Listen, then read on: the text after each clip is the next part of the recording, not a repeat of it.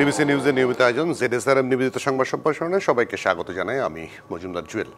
দিনে বাছাই করা সংবাদ এবং এর পর্যালোচনায় সংবাদ সম্প্রসারণে আজকে অতিথি হিসেবে স্টুডিওতে উপস্থিত হবেন প্রথম আলোর যুগ্ম সম্পাদক সোহরাব হাসান এবং আন্তর্জাতিক অপরাধ ট্রাইব্যুনালের প্রসিকিউটর গাজী এম.এইচ.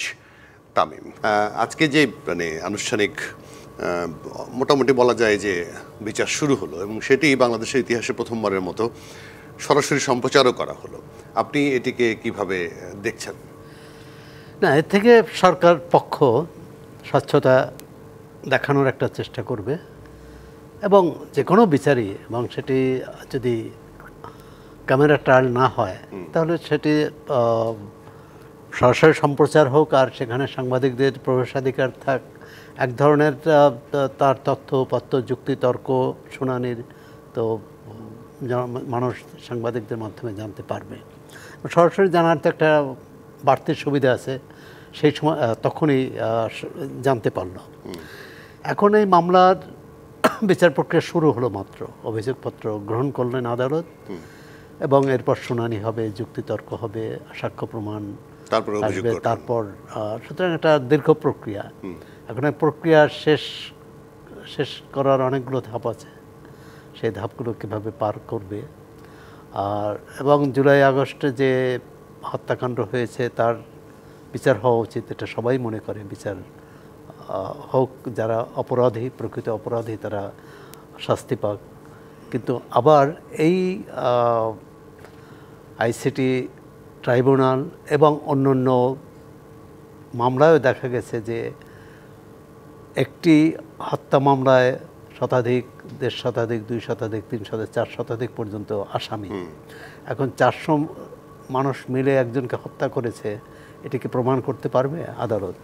আরেকটি হচ্ছে যে একজনের বিরুদ্ধে, হ্যাঁ তখন সরকারে যারা ছিলেন তাদের, কিন্তু এর বাইরে সাধারণ মানুষের, সাধারণ যারা নাগরিক তাদেরও অনেকের বিরুদ্ধে একাধিক মামলা, হত্যা মামলায়, হত্যা চেষ্টা মামলাও। এখন এটা প্রমাণ তো সরকারের দায়িত্ব, প্রথমত তদন্ত কর্মকর্তা, দ্বিতীয়ত রাষ্ট্রপক্ষের আইনজীবীদের। আমরা চাই যে এই বিচারটি স্বচ্ছ হোক এবং এ নিয়ে কোনো বিতর্ক না হোক। অতীতে অনেক মামলা নিয়ে কিন্তু এই বিতর্ক হয়েছে, এমনকি অতীতের যুদ্ধাপরাধ ট্রাইব্যুনালের যে মামলাগুলো ছিল সেটারই এখন অনেকেই প্রশ্ন করছেন, সে সময়ও কেউ কেউ করেছেন। আর সুতরাং এই মামলার বিচার প্রক্রিয়া নিয়ে যাতে কোনো প্রশ্ন না ওঠে, এবং এই সরকারও বলেছেন যে হত্যা মামলার ক্ষেত্রে এটি আইসিটি ট্রাইব্যুনালে নয়, অন্য যেটি আপনার সাধারণ ফৌজদারি মামলা হয়েছে সেখানে কিন্তু সরকারের পক্ষ থেকেই উপদেষ্টা, পুলিশ কর্মকর্তা তারা স্বীকার করেছেন যে অনেক মামলা উদ্দেশ্যমূলক করা হয়েছে, অনেক মামলার পিছনে অন্য উদ্দেশ্য আছে। এমনকি আমরা দেখলাম যে একজন বড় ভাই ছোট ভাইয়ের সঙ্গে জমি জমা নিয়ে বিরোধের কারণে ছোট ভাইকে নিহত দেখিয়ে, জুলাই অভ্যুত্থানের নিহত দেখিয়ে তাকে বলে মামলা করেছে। এবং সেই মামলায় এই ধরনেরই রাজনৈতিক নেতা, তো সেই সময় সরকারের যারা দায়িত্বে ছিলেন তাদের আসামি করা হয়েছে। পরবর্তীকালে সেই যাকে নিহত বলা হয়েছে সেই কিন্তু আদালতে, থানা পুলিশে যেয়ে বলছে যে আমি তো নিহত নয় ভাই, এটা উদ্দেশ্যমূলকভাবে জমি জমা দখল করার জন্য মামলা করেছে। এরকম আরও কোনো ঘটনা আসছে কিনা? এর আগে আমরা পত্রিকায় দেখেছিলাম যে একজনকে দিয়ে, একজন নারী শ্রমিককে দিয়ে মামলা করানো হয়েছিল উদ্দেশ্যমূলক, এবং তাকে প্রলুব্ধ করা হয়েছিল যে তাকে ভালো চাকরি দেওয়া হবে। তো এরকম ঘটনা ঘটেছে কিনা?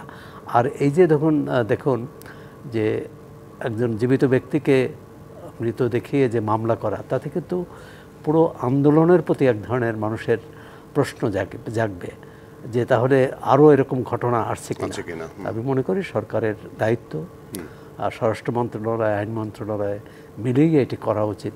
প্রকৃত অপরাধীরা শাস্তি পাক, কিন্তু একজন নিরপরাধ যাতে হয়রানির শিকার না হয়, যাতে তাকে জেল জুলুমের শিকার না হতে হয়, এবং মানে মানুষ, প্রতিটি নাগরিকের তার অধিকার, যে সেই অধিকার যাতে ক্ষুণ্ণ না হয়, অধিকার যাতে লঙ্ঘিত সব না দিকে খেয়াল রাখতে হবে। আর সে ব্যাপারে সবার খেয়াল রাখবে। আমরা একটা বিরতিতে নেই, আমাদের আরেকজন অতিথি এরই মধ্যে পৌঁছেছেন, হয়তো আমরা পরে বিরতির পরে তাকে পেয়ে যাব। থাকবেন আমাদের সঙ্গে দর্শক, আপনারাও থাকবেন। আপনারা আছেন ZSRM নিবেদিত সংবাদ সম্প্রসারণে। বিরতির পর আবারও স্বাগত ZSRM নিবেদিত সংবাদ সম্প্রসারণে। আমাদের সঙ্গে স্টুডিওতে আগে থেকেই আছেন প্রথম আলো যুগ্ম সম্পাদক সোহরাব হাসান, এবং এই মুহূর্তে যুক্ত হলেন আন্তর্জাতিক অপরাধ ট্রাইব্যুনালের প্রসিকিউটর গাজী MH তামিম। দুজনকে স্বাগত জানাই আবারও সংবাদ সম্প্রসারণে। গাজী MH তামিমকে দিয়ে শুরু করতে চাই। আপনারা মানে প্রসিকিউশন বা ট্রাইব্যুনাল, যে সরাসরি সম্প্রচারের যুগে আমরা পা দিলাম, বিশ্বের বিভিন্ন মামলা আমরা দেখেছি, তো এই প্রথম বাংলাদেশে এই মামলা হলো। তাতে অবশ্যই এক ধরনের স্বচ্ছতা মানুষ আশা করে। আপনি কি মনে করেন এই স্বচ্ছতাটার জায়গায় আমরা যেতে পারবো? জি, ধন্যবাদ আপনাকে, ধন্যবাদ ডিবিসির সকল দর্শককে। আমাদের সাবকন্টিনেন্টেও বিচার প্রক্রিয়া সম্প্রচারের ব্যবস্থা আছে। আমরা কেন জানি এই ব্যাপারে পিছিয়েছিলাম, এবং কেন পিছিয়েছিলাম এটা তো আমরা সবাই জানি, যে লাস্ট 15 পিরিয়ডের যে রেজিম, সেখানে মানে সরাসরি সম্প্রচার এটা তো অনেক বড় ব্যাপার। চোখের সামনে দেখা হত্যাকাণ্ডকেও মানুষ অস্বীকার করেছে, বিচারের ক্ষেত্রে দেখা গিয়েছে সেটা কিছু হয়নি। এ কারণে আমরা শুধু সম্প্রচার করে নয়, আমরা জাস্টিসটা এনশিওর করতে চাই। আর সম্প্রচারের মাধ্যমে মানুষের আস্থাটা ফিরে আসবে যে জাস্টিসটা হচ্ছে। এটা যদি সম্প্রচার নাও হতো, আমরা সব সময় বলেছি যে আমরা জাতিকে একটা ন্যায় বিচার উপহার দিব। কারণ জুলাই আগস্টের গণহত্যা হয়েছে, এটা পৃথিবীর কেউ অস্বীকার করে না, একমাত্র পারপিট্রেটরস যারা তারা ছাড়া। মানুষ চোখের সামনে দেখেছে। 71-এর ব্যাপারে আমরা বিশ্বাস করি, কিন্তু প্রমাণ করাটা কঠিন, যেহেতু সেটা 50 বছর আগে। আর এটা আমাদের মাত্র 50 দিন অথবা কয়েক মাস আগে। 2024 সালের 5 অগস্ট ঘটনার শেষ দিন, 5 সেপ্টেম্বর প্রসিকিউশন নিয়োগ হলো, মানে 30 দিনের মাথায় তদন্ত শুরু হলো। প্রত্যেকের হাতে এখন আমাদের ডিভাইস আছে, যাদের যাদের নিজস্ব ফোনে সেটাকে ধারণ করা হয়েছে। হাসপাতালগুলোতে গেলে আমরা আহত রোগীদেরকে পেয়েছি, নিহতদের বাড়িতে গেলে এখনও তাদের তাজা রক্ত পেয়েছি, তাদের কাপড় চোপড়ের রক্ত শুকানোর গন্ধ পেয়েছি। এরকম একটা সিচুয়েশনে যে বিচার প্রক্রিয়াটা আমরা হাতে পেয়েছি, যেটা কোর্টে উপস্থাপন করেছি, এর চেয়ে স্বচ্ছ বিচার আর হয় না, আর হতে পারে না। তারপরেও যেন মানুষ প্রশ্ন না উঠাতে পারে, সেজন্য আমরা এটিকে সরাসরি সম্প্রচার করানোর জন্য এই আইনের ব্যবস্থা সরকার রেখেছে, এবং আমরা সেটা করছি। এবং আজকে জাতি দেখেছে, সারা পৃথিবী দেখেছে যে আমাদের বিজ্ঞ চিফ প্রসিকিউটর আমাদের ফর্মাল চার্জ দাখিলের মাধ্যমে বিচার প্রক্রিয়া শুরু হলো। ট্রাইব্যুনাল সন্তুষ্ট হয়ে আজকে ওনাদের বিরুদ্ধে অপরাধ আমলে গ্রহণ করেছে। তার মানে এটি হলো বিচার প্রক্রিয়ার যাত্রা কেবল শুরু হলো। এভাবেই ট্রাইব্যুনাল আনুষ্ঠানিক বিচার তো এখনো শুরু হয়নি, চার্জ গঠন যখন করবে তখন শুরু হবে। চার্জ গঠনের মাধ্যমে বিচারটাই শুরু হয়, কিন্তু এটাও ট্রাইব্যুনাল অনুযায়ী বিচারেরই কার্যক্রমের অংশ। আমার যতটুকু জানা, যে এই 3 জনের বিরুদ্ধে যাদের বিরুদ্ধে আজকে অভিযোগ আনা হলো, তার মধ্যে 2 জন পলাতক, তারা কোনো আশা মানে তাদের পক্ষে কোনো আইনজীবীও দেয়নি। একজন দিয়েছেন, সাবেক আইজিপি, তিনি হয়তো যুক্তিতর্কে তার বক্তব্য উপস্থাপন করবেন। সেখানে সেই জিনিসটা যদি যুক্তিতর্কটা জমজমাট না হয়, সেক্ষেত্রে মানুষ কি একপাক্ষিক মনে করবে কিনা? আচ্ছা, যুক্তিতর্ক আপনি কখন বলবেন? এভিডেন্স উপস্থাপনের পরে হলো যুক্তিতর্কের প্রসঙ্গ। আমাদের কাছে এভিডেন্স আছে যে এই মামলার আসামি সরাসরি হুকুম করছে যে লেথাল উইপেন মানে মারণাস্ত্র ব্যবহার করে হত্যার জন্য। যখন একজন সাধারণ মানুষ এটা শুনবে এবং এটাকে ফরেনসিক এক্সপার্টের একটা রিপোর্ট দেখা যাবে যে হ্যাঁ এই ভয়েসটা সঠিক, এখানে কোনো এআই জেনারেটেড না, সেটা আপনারা করেছেন এর মধ্যে, সেটা দেখার পরে ওইদিকে যুক্তিতর্কের তো আর প্রশ্নই আসবে না। যখন আপনি দেখবেন যে সরাসরি ডিজিটাল এভিডেন্স এটা প্রমাণিত হয়েছে। আদার সাইড যদি চরম যুক্তিতর্ক নাও দেয়, কিন্তু সাধারণ মানুষ এবং আদালত দুজনেই আমরা আশা করছি আমরা স্যাটিসফাই করতে পারবো। আর যারা পলাতক থাকবেন শেষ পর্যন্ত, যদি ওনারা পলাতক থাকেন, আমরা জানি যে এই মিডিয়ার যুগে, এই গণমাধ্যমের যুগে তার বিচার হচ্ছে এটি না জানার কথা না, এটা আগের ব্যাপার।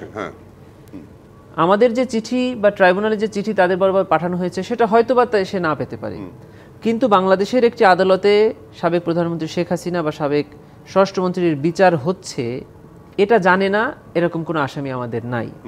তার মানে হলো তারা স্বেচ্ছায় নিজেকে কনসিল করে রেখেছে, তারা পলাতক হয়েছে। আমাদের আইন অনুযায়ী সর্বশেষ পত্রিকায় তাদের উপস্থিত হওয়ার জন্য একটা বিজ্ঞাপন দেওয়া হবে, 2টি পত্রিকায়। তারপরে ওনারা হাজির যদি না হন, তাদের জন্য স্টেট ডিফেন্স কাউন্সিল এঙ্গেজ করা হবে। রাষ্ট্র আইনজীবী নিয়োগ করবে, সেই জায়গাটা একটু আলোচনা। সেই আইনজীবী তাদের পক্ষে সকল আইনি লড়াই করতে পারবেন এবং তাকে ট্রাইব্যুনালের পক্ষ থেকে সকল পেপারস এন্ড ডকুমেন্টস দেওয়া হবে। এই জায়গাটা আমি প্রশ্ন করতে, সব পাবে কিনা তারা, মানে সেই রাষ্ট্র যে আসামি পক্ষের আইনজীবী নিয়োগ করবেন সব ডকুমেন্টস তিনি পাবেন?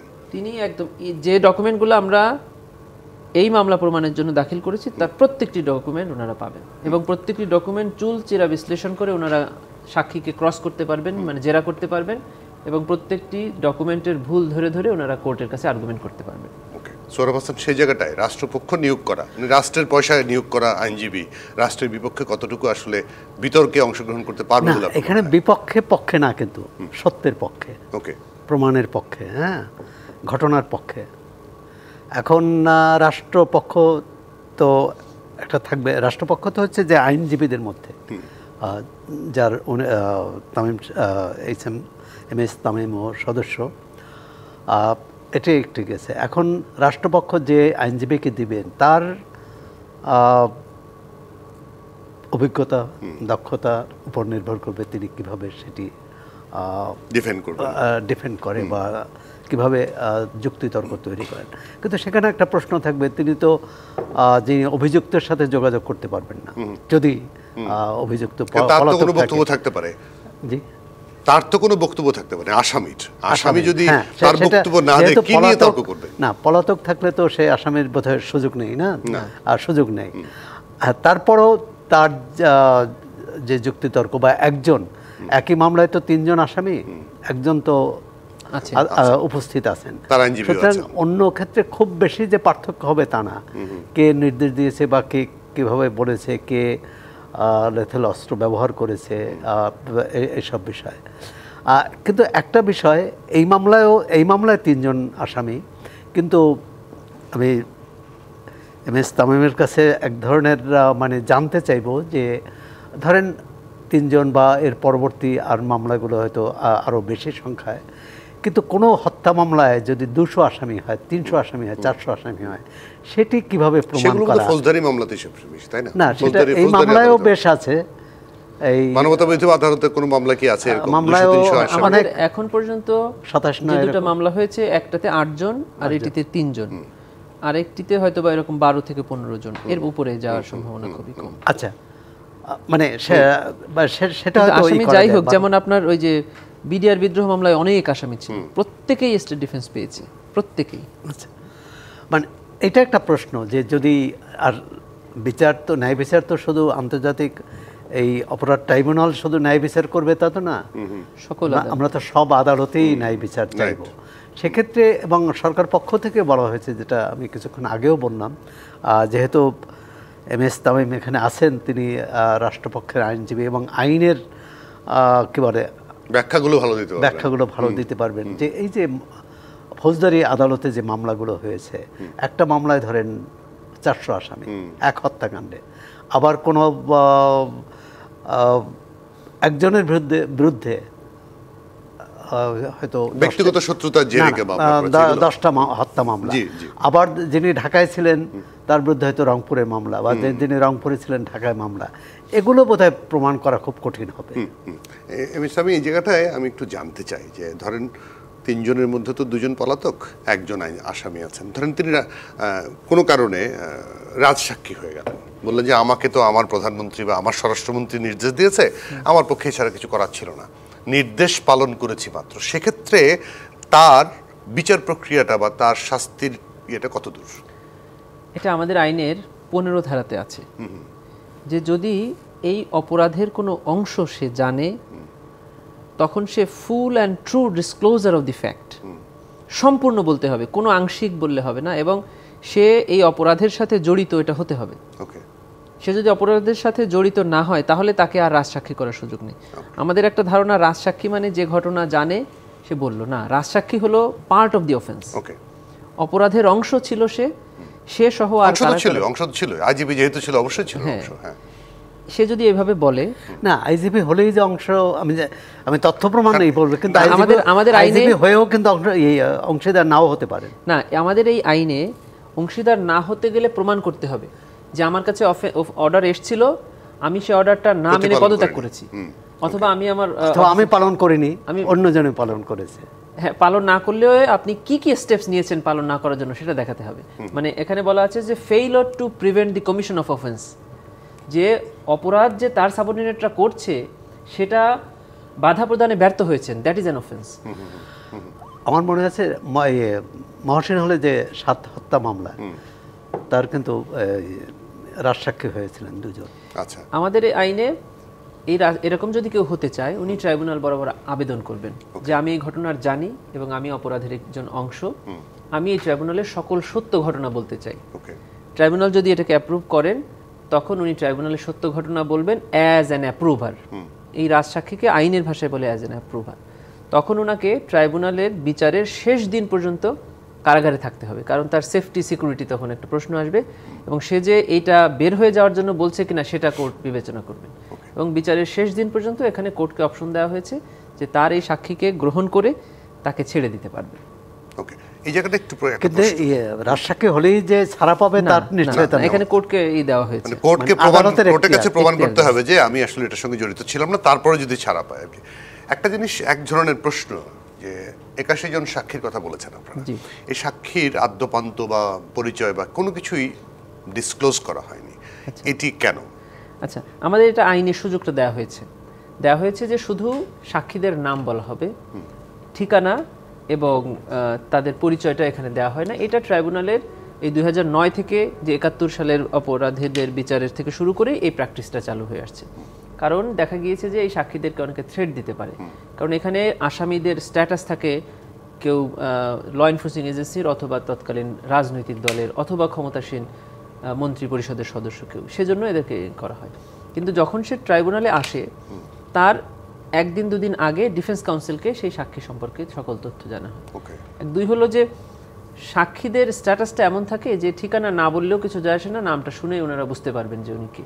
ওকে, এখানে সাক্ষীদেরকে সাজানো হয়েছে যে কিছু সাক্ষী আসবেন তারা ইতিহাস বর্ণনা করবেন, তারা এই ঘটনা বুঝবেন না, তারা 2009 বা 1972 থেকে কিভাবে একটা ফ্যাসিজম তৈরি হয়েছে, কিভাবে এই রাষ্ট্র একটা গণতান্ত্রিক রাষ্ট্রকে আস্তে আস্তে একনায়কতন্ত্রের দিকে নিয়ে যাওয়া হয়েছে, ভোটকে মানুষের অধিকার থেকে ছিনিয়ে নেওয়া হয়েছে, বিচার ব্যবস্থা ধ্বংস করে দেওয়া হয়েছে, অর্থনীতি ধ্বংস করে দেওয়া হয়েছে, এই জাতীয় একটা প্রেক্ষাপটের ঐতিহাসিক সাক্ষী কিছু থাকবে, যেগুলার সাক্ষী থাকলে ভালো, না থাকলেও চলে, কারণ আমাদের ঐতিহাসিক বিভিন্ন বুকস থেকে, পেপারস থেকে, ডকুমেন্টারি থেকে, আমরা রিসার্চ পেপার থেকে দেখাতে পারবো। তারপরেও কিছু সাক্ষী থাকবেন যারা উভয় পার্ট নিজের চোখে দেখেছেন, কিছু সাক্ষী থাকবেন যারা নিজ চোখে অপরাধ সংগঠনে দেখেছেন। কিন্তু ওই আপনি যেটা বললেন ওই ঐতিহাসিক প্রেক্ষাপট, তার সাথে হত্যাকাণ্ডের সম্পর্ক তো নাও থাকতে পারে। এইবার আসেন, এই জন্যই এটা মানবতা বিরোধী অপরাধ। সাধারণ মানুষকে আমি বোঝানোর জন্য আমাকে যদি 2 মিনিট সময় দেন, যে একটা সাধারণ অপরাধ, রাস্তায় একজন মানুষকে খুন করে ফেলে, এটা আমাদের দণ্ডবিধির 302 ধারায় একটা ফৌজদারি অপরাধ। আর ঠিক 14ই জুলাই থেকে 5ই আগস্টেও রাস্তায় মানুষকে মেরে ফেলেছে, কিন্তু সেটি আমাদের ফৌজদারি অপরাধ নয়, সেটি মানবতা বিরোধী অপরাধ। কেন? এটা ওই একটা আইসোলেটেড ক্রাইম না, এটা অনেক বড় একটা অপরাধের একটি অংশ, যে অপরাধের অপরাধী হয়তোবা ওই ভিকটিমকে চেনে না, সে যাকে গুলি করে হত্যা করলো তার সাথে ব্যক্তিগত কোনো শত্রুতা নেই এবং সে তাকে চেনে না, সে কেন হত্যা করলো? এই টোটাল যত মানুষকে হত্যা করা হয়েছে বা আহত করা হয়েছে সকলেরই মোটা দাগে একটা পরিচয়, তারা বৈষম্য বিরোধী আন্দোলনের কোনো একজন সমর্থক, কর্মী অথবা সরকার বিরোধী কেউ। যারা হত্যা করলো তাদেরও মোটা দাগে সারা দেশেরও একটাই পরিচয়, তারা হয় আইন শৃঙ্খলা বাহিনীর সদস্য অথবা রাজনৈতিক দলের কোনো ক্যাডার বাহিনী। এইরকম কোনো ঘটনা যখন ঘটে এবং যে ঘটনাটা ওয়াইড স্প্রেডলি হয়, মানে এক জায়গায় ঘটবে তারপরে এটাকে ছড়িয়ে যাবে, ঢাকায় ঘটবে এরপরে আস্তে আস্তে সমগ্র দেশব্যাপী ছড়িয়ে যাবে, এবং প্রত্যেকটা ঘটনার নেচার একই রকম হবে, যেটাকে বলে সিস্টেম্যাটিক। আপনারা আইসিসি দেখবেন, আন্তর্জাতিক আইনে এই 2টা শব্দ বারবার আসে, সেটা হলো ওয়াইড স্প্রেড অ্যান্ড সিস্টেম্যাটিক। আর এই ঘটনাটা ঘটবে সিভিলিয়ান পপুলেশনের উপরে। এই 3টি শর্ত বা এই 3টি যুক্তি যখন মিলে যাবে তখন একটা সাধারণ হত্যাকাণ্ড হয়ে যাবে মানবতা বিরোধী অপরাধ। এই কারণেই কি, মানে আমি শুরু থেকে আমরা শুনে আসছিলাম গণহত্যার মামলার বিচার হবে, কিন্তু শেষ পর্যন্ত এসে চিফ প্রসিকিউটর বললেন গণহত্যা না, এটা মানবতা বিরোধী অপরাধের মামলা। এখানেরও ছোট একটা আমি সেই ব্যাখ্যা জায়গাটা একটা সাধারণ আসবো, একটা বিরতি নিয়ে আসি, বিরতির সময় হচ্ছে। দর্শক আপনারা থাকবেন, আপনারা আছেন জেডএসআর নিবেদিত সংবাদ সম্প্রসারণে। বিরতির পর আবারও স্বাগত জেডএসআর নিবেদিত সংবাদ সম্প্রসারণে। আমাদের সঙ্গে স্টুডিওতে আছেন সোহরাব হাসান এবং গাজী এম.এইচ. তামিম। স্বাগত আপনাদের দুজনকে আবার। এম.এইচ. তামিম, একটা জায়গায় প্রশ্ন ওঠে, মানে প্রশ্নটা এরকম আপনাদেরকে নিয়ে, মানে প্রসিকিউশনে এখন যারা আছেন তারা কনফ্লিক্ট অফ ইন্টারেস্টের মধ্যে পড়েন কিনা? কারণ এর আগে এই আদালতেই আপনারা ছিলেন আসামিপক্ষ, এখন রাষ্ট্রপক্ষ, আপনারা আপনাদের মতো করে আইনগুলো সাজাচ্ছেন কিনা, এরকম একটা প্রশ্ন আছে, একটা এক ধরনের মানুষের মধ্যে তৈরি হয়েছে। আইন তো না, মামলা সাজাচ্ছে, আইন তো, কারণ সুযোগ সেই এগুলো আপনারা জানতেন, এবং এখন আপনারাও কি সেই জায়গাটা, যেমন অনেক বিরোধিতা করেছেন আগের ট্রাইব্যুনালের আদালতে, সেই জায়গাটায় কি মনে হয় মানুষের কাছে একটু পরিষ্কার হওয়া দরকার? জি, আমাদের এই ট্রাইব্যুনালে এখন 17 জনের প্রসিকিউশন টিম আছে। তার মধ্যে আমরা 5 জন আগে ডিফেন্স কাউন্সিল ছিলাম, বাকি 12 জন একদম নিউ, যাদের এর আগে ট্রাইব্যুনালের কোনো ধরনের সম্পৃক্ততা ছিল না। এখন আসেন এই 5 জনের ব্যাখ্যা দেই, 12 জনকে বাদ দিই। 5 জনের ব্যাপারে চিফ প্রসিকিউটর এবং প্রসিকিউটর মিজানুর ইসলাম স্যার, ইনারা দুজন 2014 সালের পরে আর ট্রাইব্যুনালে আসেননি, 14 সাল পর্যন্ত ওনারা মামলা করেছেন। আমি এবং আমার আর 2 জন ফ্রেন্ড, একজন সিনিয়র আছেন আব্দুস সোবহান তরফদার এবং আব্দুস সাত্তার পালোয়ান, আমরা ট্রাইব্যুনালের শেষ দিন পর্যন্ত, অগস্টের আগ পর্যন্ত আসামি পক্ষে ছিলাম। সেখানে বিচার প্রক্রিয়া চলছিল 71 সালে সংগঠিত মানবতা বিরোধী অপরাধ নিয়ে। আমরা ওই মামলায় যারা যারা ছিলাম তারা কেউই এখন সেই মামলাগুলোতে আর অ্যাপিয়ার করি না, এবং আমরা ওই মামলার ব্যাপারে কোনো খবরও নেই না। আর এখন যে মামলাগুলো চলছে জুলাই গণ অভ্যুত্থান সম্পর্কে, সেই মামলাগুলা আমরা পরিচালনা করি। এই উদাহরণ শুধু বাংলাদেশে না, পৃথিবীর বহু জায়গাতে আছে। উদাহরণ দিতে চাই, খন্দকার মাহবুব হোসেন, লিজেন্ড লয়ার, উনি 1972 সালে যে কোলাবরেটরস অর্ডারে ট্রাইব্যুনাল গঠিত হয়েছিল তৎকালীন স্বাধীনতা বিরোধীদের বিচার করার জন্য, উনি সেই মামলার প্রসিকিউটর ছিলেন, এবং এই ট্রাইব্যুনালে উনি সবগুলো মামলার ডিফেন্স কাউন্সিল ছিলেন। আচ্ছা, আইসিসির যিনি করিম খান আছেন এখনকার প্রসিকিউটর, তিনিও ডিফেন্সে ছিলেন, এবং উনি বেশ কয়েকজনের পক্ষে আইসিসিতে ডিফেন্স করেছেন। গভর্নমেন্ট তো, এবং আমি ট্রাইব্যুনালে প্রায় 400 আসামির মধ্যে 2 শতাধিক, মানে 250-এরও বেশি আসামির পক্ষে ডিফেন্স করেছি। এর কারণে ট্রাইব্যুনাল আইনের উপরে আমার একটা, মানে আমি নিজেকে নিয়ে বলতে চাই না, কিন্তু ব্যাপক কাজ করার সুযোগ হয়েছে। এবং ট্রাইব্যুনালে যে 57টি রায় হয়েছে, তার মধ্যে প্রায় 30টি রায়ে আমার অংশগ্রহণ আছে কোনো না কোনোভাবে। সেজন্য এই আইনের প্রতি আমার একটা দক্ষতা তো নিজের কথা বলতে চাই না, কিছু আছে আর কি, অভিজ্ঞতা আছে। ঠিক আছে, তো সে কারণেই আমি জানি এই আইনে কি হয়, আমি সেই আইনের সুবিধাটা গ্রহণ করব এবং সুবিধাটা দিব। এখানে আসামির কেস সাজানো, এটা তো আমাদের কাজ না, এটা হলো তদন্ত সংস্থার কাজ। তারা তদন্ত করে তদন্তে প্রমাণিত হলে আমাদের কাছে দিবে, আমরা কোর্টে উপস্থাপন করব বিচারের জন্য।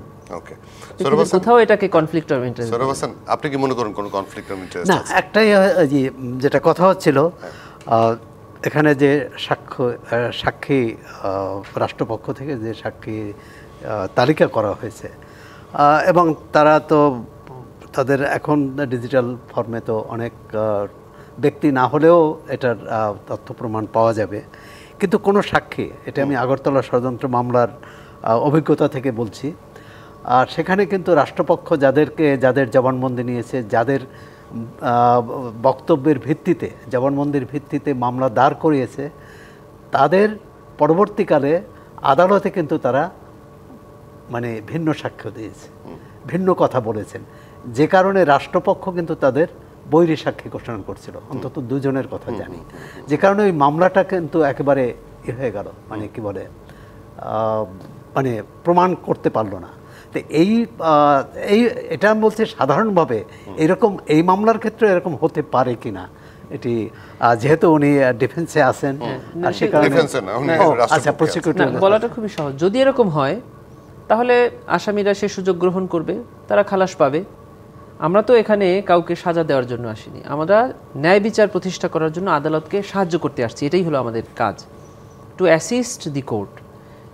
আমরা প্রমাণ উপস্থাপন করব, প্রমাণিত হলে সাজা হবে, প্রমাণিত না হলে আসামি খালাস পাবে। এক্ষেত্রে আমাদের উচ্ছ্বাসিত হওয়ার বা দুঃখিত হওয়ার কোনো সুযোগ নেই। সেই জায়গাটা আমি একটু জানতেই চাই, কারণ হচ্ছে আইন উপদেষ্টা একবার বলেছিলেন মতো ডিসেম্বরের মধ্যে আমরা একটা মামলার রায় পেয়ে যাব। তো সেটি প্রসিকিউশনের যে এখন ট্রাইব্যুনালের চেয়ারম্যান তিনি বলেছিলেন একদিন যে এভাবে রায় নিয়ে কথা বলা কারো শোভা পায় না।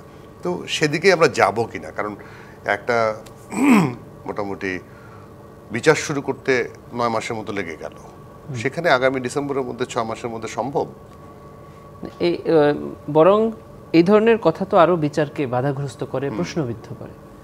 তবে কোনো একটা দায়িত্বে থেকে বা মানুষের দায়িত্ববোধের জায়গা থেকে মানুষকে বোঝানোর জন্য অনেক কথা ওনারা বলেন বা বলতে বাধ্য হন। পলিটিক্যাল গভর্নমেন্ট বলতো, ওনারাও কেন বলবেন? হ্যাঁ, সেটা সেই প্রশ্ন তো ওনার কাছে, কিন্তু ট্রাইব্যুনাল তো এটা ক্লিয়ার করে দিয়েছিলেন, ট্রাইব্যুনাল চেয়ারম্যান, যে এই ধরনের কথা ওনারা গ্রহণ করবেন না, শুনতে চান না, এবং ইন ফিউচার শুনলে ওনারা ব্যবস্থা নেবেন। এই 3টা কথাই ট্রাইব্যুনাল বলেছিল, এবং আমাকে বলেছিল যে এটা যেন আমি পাবলিকলি মিডিয়াতে বলে দেই যেন ওনারা এটা শুনতে পারেন, এবং সেটা আমি বলেছিলাম। এজন্য আমরা মনে করছি যে এরকম কোনো কথা, ওনারা এরকম কথা যেমন আসছে, ঠিক এর বিপরীত কথাও আসছে যে বিচার করলে দেখে নেওয়া হবে, বিচারক যারা করার অংশগ্রহণ করবে তাদেরকেও ক্ষতিগ্রস্ত করা হবে, এরকম হুমকিও তো আসে।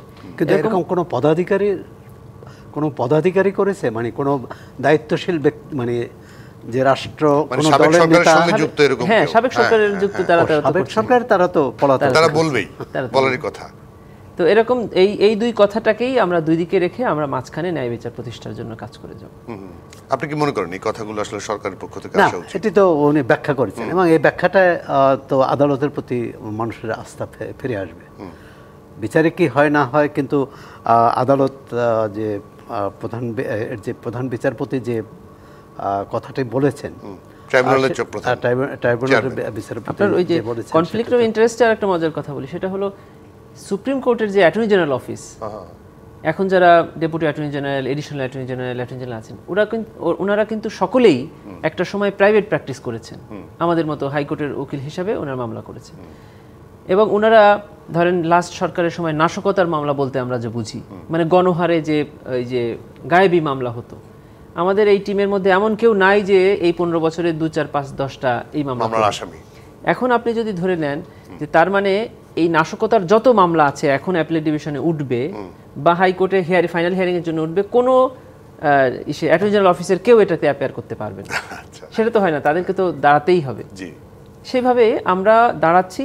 ঠিক যে আসামির ক্ষেত্রে আমরা ট্রাইব্যুনালে অথবা হাইকোর্টে বা বাংলাদেশের কোনো আদালতে মামলা পরিচালনা করছি, সেই আসামির পক্ষে আমরা আর দাঁড়াচ্ছি না। শুধু তাই নয়, আমাদের একজন সিনিয়র প্রসিকিউটর সেদিন জানতে চেয়েছেন, ওনার ফ্যামিলি মেম্বার্সরাও অনেকেই আছে আইনজীবী, উনি বলছেন যে এই ট্রাইব্যুনালের আসামি আছে, এমন কোনো আসামির পক্ষে বা বিপক্ষে আমার পরিবারের কেউ কোনো আদালতে দাঁড়াবে না। আমরা এতখানি মেনটেন করছি, সেখানে কনফ্লিক্ট অফ ইন্টারেস্টের প্রশ্নই আসে না। আমরা এমন আচ্ছা এমএস তামিম, আপনাকে আরেকটা, যেহেতু আইনজীবী, আমরা জানার জন্যে, ধরেন এই যে আপনাদের ট্রাইব্যুনালে যেমন মামলা আছে, সেই একই আসামি বিরুদ্ধে যদি অন্য মামলা থাকে, এই দুটোর মধ্যে সময়, তারপর বিচার প্রক্রিয়ার মধ্যে কোনো সমস্যা তৈরি হতে পারে কিনা? না, দুই ধরনের অপরাধ আমি আগে একটা বলেছি। একটা হলো isolated crime under penal code or any other penal law in our country, আর একটা হলো ক্রাইমস এগেনস্ট হিউম্যানিটি। এটা হলো ক্রাইম অফ দি ক্রাইমস, মানে পৃথিবীর সবচেয়ে নৃশংসতম অপরাধ। এই দুটার আইন আলাদা, বিচার পদ্ধতি আলাদা, আদালত আলাদা। না, এরকম কি কোনো হবে যে এটা শেষ না হলে ওইটার বিচার প্রক্রিয়া শুরু হবে না? না, মনে হয় সব একসাথে চলতে পারবে। আলাদা, একদম পরিষ্কার। অনেক ধন্যবাদ গাজী এমএইচ তামিম, আপনাকে আজকে আমাকে সময় দেওয়ার জন্য। সোহরাব হোসেন, আপনাকেও ধন্যবাদ আজকে আমাদেরকে সময় দেওয়ার জন্য। দর্শক, আপনাদেরকেও ধন্যবাদ, আপনারা যারা এতক্ষণ আমাদের সঙ্গে ছিলেন। এই ছিল আজকের জেডএসআরএম নিবেদিত সংবাদ সম্প্রসারণে।